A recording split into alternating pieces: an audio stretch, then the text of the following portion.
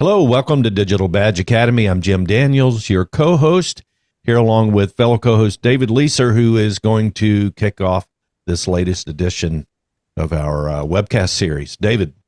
Yeah, we have a great guest today. It's Ashley Finley from the American Association of Colleges and Universities, and also a member of One Ed Tech. And so what we'd like to find out from Ashley really is her perspective on digital badges, digital credentials, learner employment, the records and all these other types of things, and how it is starting to impact their membership group. So thank you for joining us. It's a pleasure, Jim and David. Great to be with you. Great to have this conversation. So maybe we'll just kick it off, and maybe you can just tell us a little bit about yourself and your organization, if that makes sense. Sure. I am the Vice President of Research and Senior Advisor to the President at AAC&U.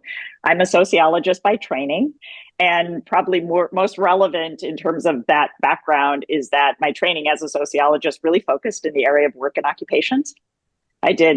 So basically I geek out around employment topics. I geek out around the idea that people find a good deal of meaning and identity in the work that they do. And so I see the ways in which we credential that work and recognize that work as avenues towards the recognition of skills that everyone brings to the labor market, and particularly some of those kinds of hidden skills that we tend to take for granted. I will push back against the label of soft skills. I don't love that term, and there's some sociological meaning behind why we would not use that term. I think they're all hard skills. I think they're all consequential skills, and certainly valuable in terms of expressing. So I bring both my training as an academic and certainly my love for higher education to this conversation for sure. AAC&U is a little bit interesting, a lot interesting in the higher education landscape. So we are an association about 900 members strong, and our membership spans every sector of higher education, which again makes us a little different in that we span all sectors and all stakeholders. So, and that is because those member institutions and the stakeholders within those institutions, whether academic or student affairs, are united by the idea that all students should have access to a liberal education. And that is a philosophy of learning that is inclusive of the liberal arts, but not restrained to them. It's really the idea that all students should have access to a broad and deep education that is applied, that helps them to navigate complex, unscripted problems in the real world, and that is the most foundational piece of an educational background that we think that students could have right now. It comes from the Latin word libere, which is to free. So a liberal education is one in which students are equipped to free their minds and think for themselves. Oh, that's terrific. So just hearing you speak there, I'm really curious as to where digital credentialing has kind of come into the picture with AAC&U and yourself specifically. Maybe you could give us a sense of what that journey has been like for you personally, and kind of maybe lead in and tell us, what kind of initiatives and things AAC&U is embracing in that realm. I love that question, Jim, particularly after I've just waxed philosophical, and now we're going to talk about digital badges. Yeah, we can get there. And the reason is, right, because the skills of a liberal education are the skills that we want to be profiling within badges. This is where we actually want to lean in as an association. In 2007, AAC&U released its framework of essential learning outcomes. So those were at the time one of the most transparent articulations of the skills of a robust holistic education, if you want to put it in other kinds of terms, that really existed, and it still continues to be drawn on today, from informing institutional learning outcomes to outcomes for entire state systems like the University of Wisconsin system, for example. And those are the idea that we have broad goal areas for learning. There's a knowledge area, but there are also intellectual and practical skills, personal and social responsibility, and also integrated skills. So that, and there are skills within each of those. So critical thinking, communication, teamwork, right? These are the things that we want to equip colleges and universities to, of all sectors, to express for their students and for students to own themselves. We want students to have the language of what those outcomes mean. So the way that we get to badges is because we want students to have greater levels of expression of those skills and greater articulations for how they're achieving those skills and are able to express them. We just released in November our latest employer report. We've been doing employer research since 2005. And each year we track outcomes. We have been tracking outcomes over time, but each time we do the report, we try to add a new element that feels timely and relevant. In 2021, we started asking employers specifically about dispositions and mindsets, for example.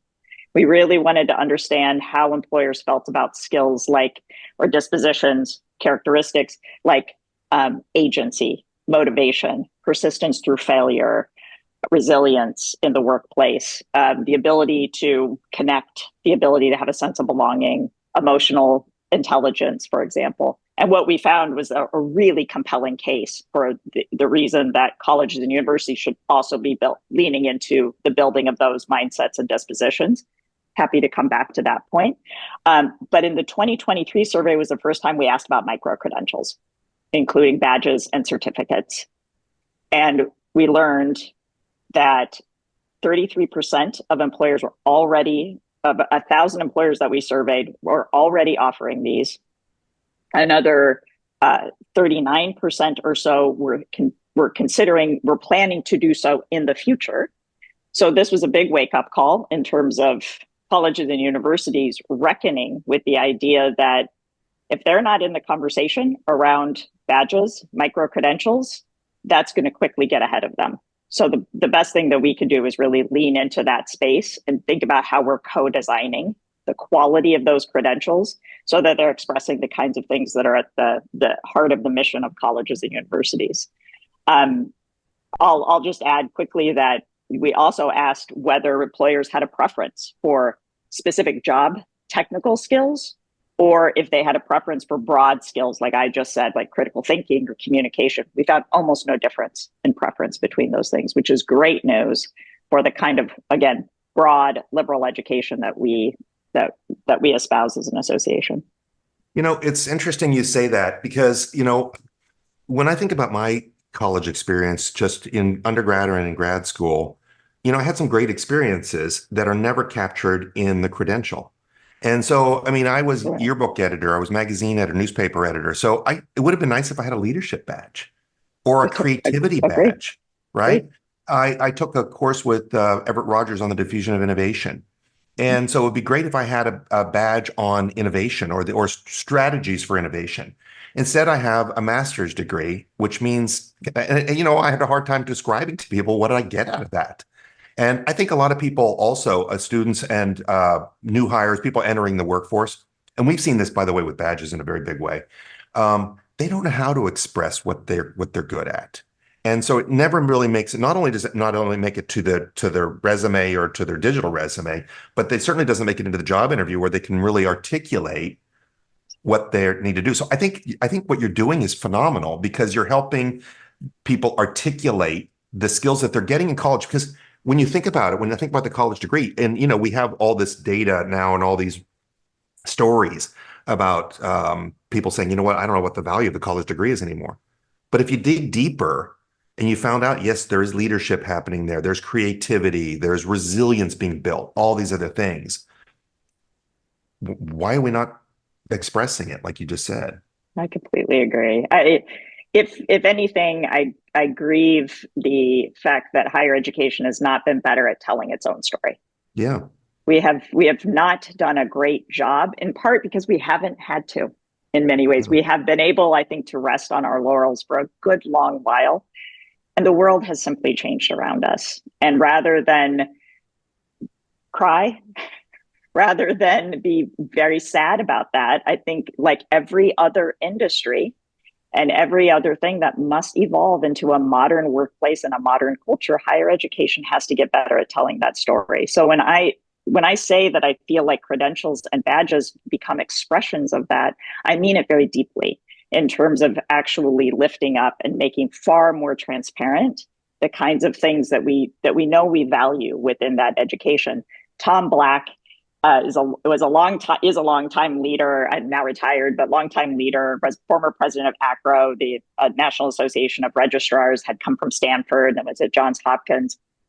Just a wonderful human being, lovely colleague, deeply smart guy, has this great line where a transcript is a record of everything the student has forgotten. Yeah, I love that. It's spot on. Yeah. I would take it a step further and say that it's also a record of a language that no one else understands beyond a campus. Yeah. It is literally written in code. It is a series of numbers and course titles that basically mean nothing to any external party and barely mean anything to a student. They mostly mean something to faculty and administration. Mm-hmm. And having come from that world, I empathize with my colleagues, with my fellow faculty members, and understanding why we have that system. But it is time to change, and this is why learner records, comprehensive learner records, badges, the ways that we find opportunities to integrate and maximize the technology that is now at our disposal is ever more accessible. It's the time to do it. It's the time to be thinking this way. Yeah, you used a term just a few moments ago, transparency, which for me is just absolutely top of mind. I think if somebody pinned me down and said, sum up digital credentialing in one word, that would probably be what I would choose. I would choose that term. And what you've talked about there really, I think, gets at the heart of the need for more granularity in being able to describe what someone knows, what they can do, the experiences they've had, perhaps what they've mastered, all these kinds of things. Yeah. And I think, David and I, we still don't see enough of that, right? To your point about, transcripts, there's really not much in there. If I, as an employer, I can look at that, but all it's really telling me is this person graduated and they have this degree. And I can see the courses, I might be able to extract some information out of that, if it's not too layered in code. Mm-hmm. But I think, having a digital credentialing strategy that kind of goes along with that, it makes all the sense in the world. Yep, agreed. At AAC&U, we really fashion ourselves as the Teaching and Learning Association. This is what we're about. We mainly work in the curriculum, but we are very aware that learning is happening inside and outside of the classroom, whether that's virtual or in person. And we are most interested in harnessing that learning and pulling that learning together. Now, for a long time, we've been talking about e-portfolios or digital portfolios as also a mechanism for that transparency.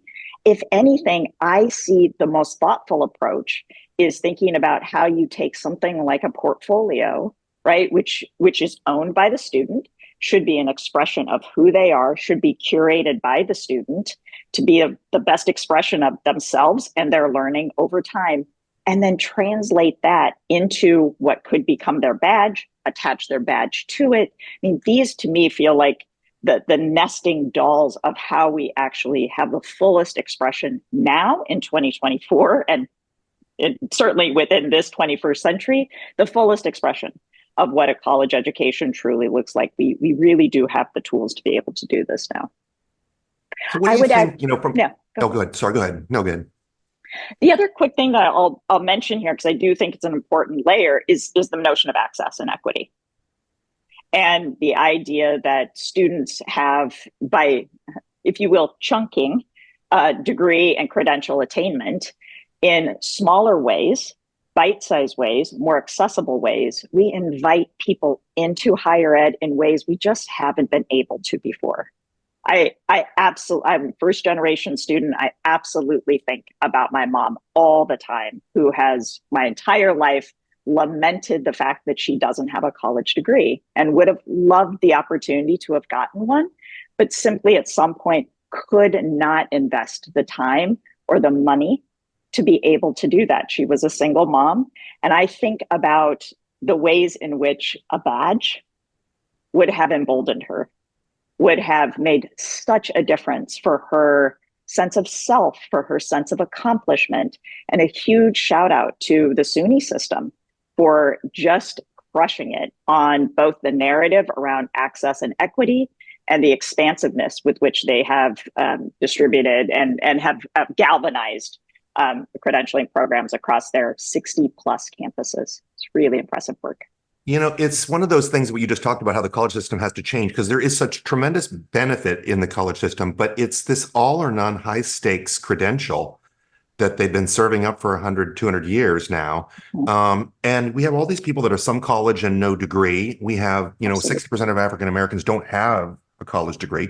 But what they can get is they could get a certificate, or they could get a badge, or they could get on the leaderboard with some credentials, get them out into a job, and maybe then they can continue their education over a period of 5, 10 years or whatever it is. And I think that, have you seen that that mindset is starting to appear in your group? I do think so. I mean, I think it's I think it's starting. I'm mindful of a story just today with Jobs for the Future, partnered with another association around credentialing and the idea that credentials are still hard to pin down, still hard to figure out the quality of them. The idea of employer verified credentials. I've certainly heard the expression that credentials are the new Wild West of higher education. So the answer to this quick answer is yes, but I think they are very much in play in terms of how campuses are thinking about building out general education programs, for example, thinking about how to materialize and make transparent the learning that's happening in the co-curriculum. We've been talking about co-curricular transcripts for ages. That's not new, but the idea that they could be translated and aggregated in ways that actually sum up to credentials, absolutely. So I think I feel like that is those are conversations that are beginning to emerge on campuses. That balance of what is the quality of these things, who actually verifies them, is there enough assessment to go along with them? Those will be the next wave of how we actually make those actionable on college campuses. That's exactly I think where we're at right now in this space is how do you build out a set of credentials, whether you're, a higher education institution, if you're an association or organization, supporting a community of members, or you're an employer, there's still that a bit of ambiguity in terms of understanding what I can really trust in the way of a digital credential and maybe what's not trustworthy. Obviously, if it's a really well-known, I don't think, a company like IBM that stood up a digital credentialing program and there was a ton of governance and so forth behind it and lots of transparency about what each credential, what it took to earn it and all these kinds of things worked okay. But it wasn't perfect, right? I mean, there is no program out there that's perfect, but I think that's kind of that last big hill to get up is, how do you ultimately arrive at a point where employers that want to be able to take advantage of these credentials really feel like they can trust them and ingest them and use them to make hiring decisions? I mean, is that something you agree with? Or? Oh, I absolutely agree. Yeah. Not only do I agree that employers need to have the confidence in the quality of them, I believe there are actually ways that employers can be included in the collaboration around the verification that is actually working hand in hand with colleges and universities. I envision the employer advisory groups, the employer advisory boards that are assisting with the evaluation of those credentials. One of the initiatives that I'm excited about leveraging for this conversation writ large as we go forward is leveraging our value rubrics. So we have a suite of 16 rubrics: the Valid Assessment of Learning in Undergraduate Education, that's the acronym of value. They were developed in 2009. They have been widely adopted across colleges and universities. They are recognized by every major regional accreditor. And they are a way to evaluate student learning across broad outcomes across the college trajectory to and for your institutions. So if we think about how to leverage something like those tools for critical thinking, communication, teamwork, problem solving, civic engagement, intercultural competence. I mean, you can go down the list and see how that aligns with the ways in which employers want and desire certain skills and abilities. We think that AAC&U could be a tremendous partner, both with colleges and universities and with employer advocacy groups around this topic, to really think about, like, how do we leverage assessment tools to begin to define quality around these kinds of credentials. You know, it's interesting you say that, because I was talking, I don't know if you know George Westerman from MIT, but I was on a panel with him talking about, all of these different topics. And one of the things he said was, I wouldn't hire one of my students from MIT without going through an assessment. Because not only does, I think from his perspective, it was really not that these are great students, but do they match with what the job to be done needs to be, is. And I think as we start moving into skills-based hiring, there are certain tools that are starting to emerge as requirements. One of them is a solid assessment practice in an organization or in a school to be able, that can really tease out all those capabilities, those human capabilities, and then find out what the gaps are. Yeah. And I think also then badges fits into it beautifully then, because once you do that, you need to put it into a consumable format. You need to put it into a standardized format that you can build a skills cloud with. And so that's why we're so excited about that front end of skills-based hiring. Yes, I totally agree. And I know one of the things that we wanted to chat about is just our relationship with One EdTech and how One EdTech has been tremendously helpful in expanding my thinking for sure, and also the work of the association. And one of the things that we've talked about simply is putting the essential learning outcomes framework into the case standards so that we can begin to make those connections. And by having something like the value rubrics as a back-end assessment initiative and a back-end assessment framework for assessing and evaluating those skills, we feel like there's a tremendous opportunity for colleges and universities to make the match between the authentic connections to the curriculum to what workforce preparation looks like.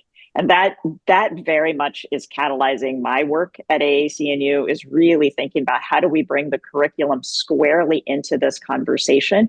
It's always there. It's just that these skills, as we've been talking about the whole time, are so implicit. So as faculty think about how they're equipping students to have the skills and dispositions for career success, not just immediate graduation success, but really career success over the long haul, allowing them to be adaptable and flexible. We need this framework behind it, and also the assessment tools to actually say students are ready for that now.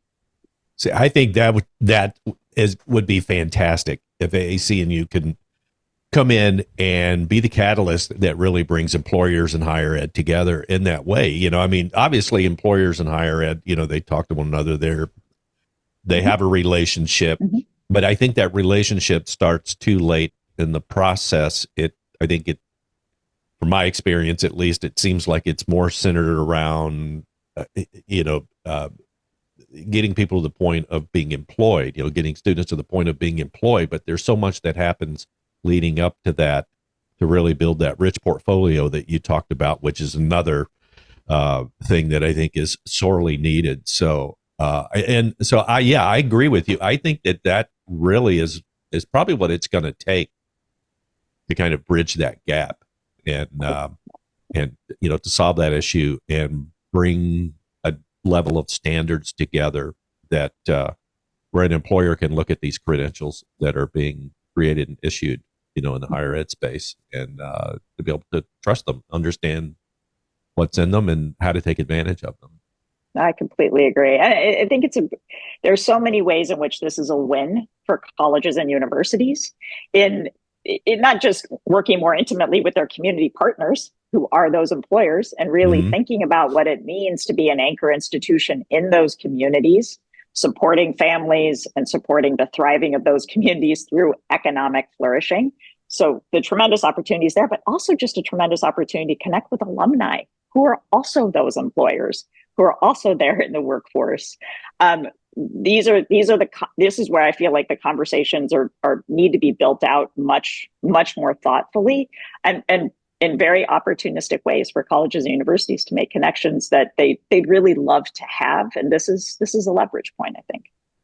So I have a question then, from your vantage point, what can you do to move the ball forward? I mean, you talked about JFF, and a lot of these things start out as incubators. They start out as pilots. They prove it out. And then there's this whole social proof that happens. And then everybody else is like, oh, I want to be on it too. We found that, by the way, with the badge program at IBM. Everybody, was against it. After we did it, they actually were claiming that they created it, which was really pretty remarkable. Which was, but we got to that point where they went to bed at night and they said, this is something, tomorrow in the morning that we have to do. So what can you do, or where do you think it is in the journey? Mm-hmm. Well, so one of the things that we're really actively doing, and I love I love that I get to mention this. We've started a curriculum to career innovations institute at AAC&U. We have long done institutes, which are team-based and project-based campus events. They used to be in-person, multi-day intensive affairs. Now we've expanded that. Some are a year, some are a semester, some are still multi-day, but they are. So campuses come as teams, they apply to work on a project, whether that's general education, high impact practices and student success, global learning.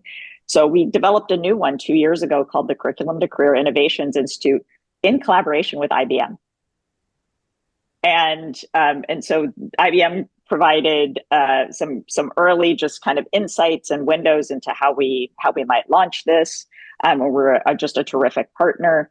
And we reran it just this last fall, just on our own at AAC&U, but still really taking on these topics about how do we authentically bring faculty to these conversations in ways that feel rooted in the discipline, feel connected to that work, but also are focused on the skills that students need for that long-term career success.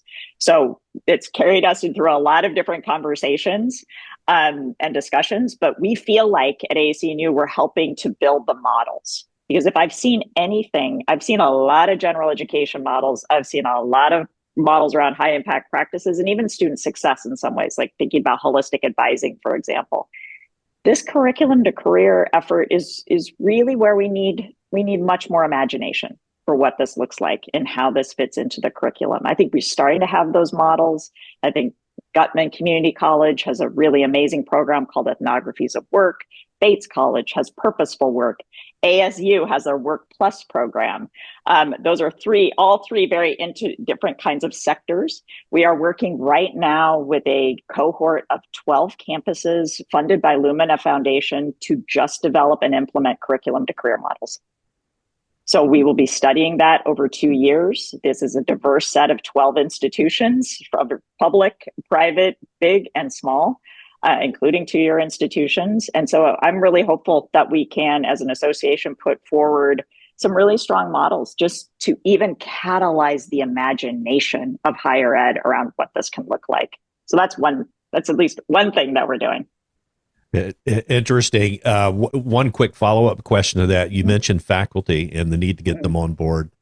Do you feel like faculty is on board with this as a general rule of thumb, or if there's work yet to be done to really get the kind of buy-in there that is needed? Because I personally believe faculty are one of the key ingredients to making this work effectively. Faculty are essential. They are the touch point for students. They are the center of learning. They're certainly the center and the architects of the curriculum. Very little lasting will happen on campus without the faculty. And it really needs that credibility from faculty and that validation from faculty that this is a worthwhile endeavor. Faculty work very hard in isolation. And if we do anything at AAC&U, it is to bring faculty out of isolation, in conversation with each other, around communities of practice where they can actually see that what they're toiling very hard on in isolation is exactly what students need and exactly what the economy needs and exactly what their communities need. So faculty, if anything, need some help in recognizing that the good work they're doing has far greater consequence in some ways than they might think it does. Or, a lot of this can feel like an add-on for faculty. And I do appreciate that. It's a resource scarce environment. It's, heavy teaching loads, large class sizes. So I appreciate a lack of a reward structure that honors this in terms of promotion and tenure. So there's a lot structurally that we need to change and get invested in to support faculty to do the work. But part of it is helping them to recognize that many of the things they're doing are exactly in this lane. It's just giving them the support to embrace that. This curriculum to career really interests me. Can you talk just real quickly about some of those elements of the program? Does it start with, obviously, aligning the curriculum to the job to be done, to the industries, to the the regional needs, and does it end with apprenticeships, or what does it look like?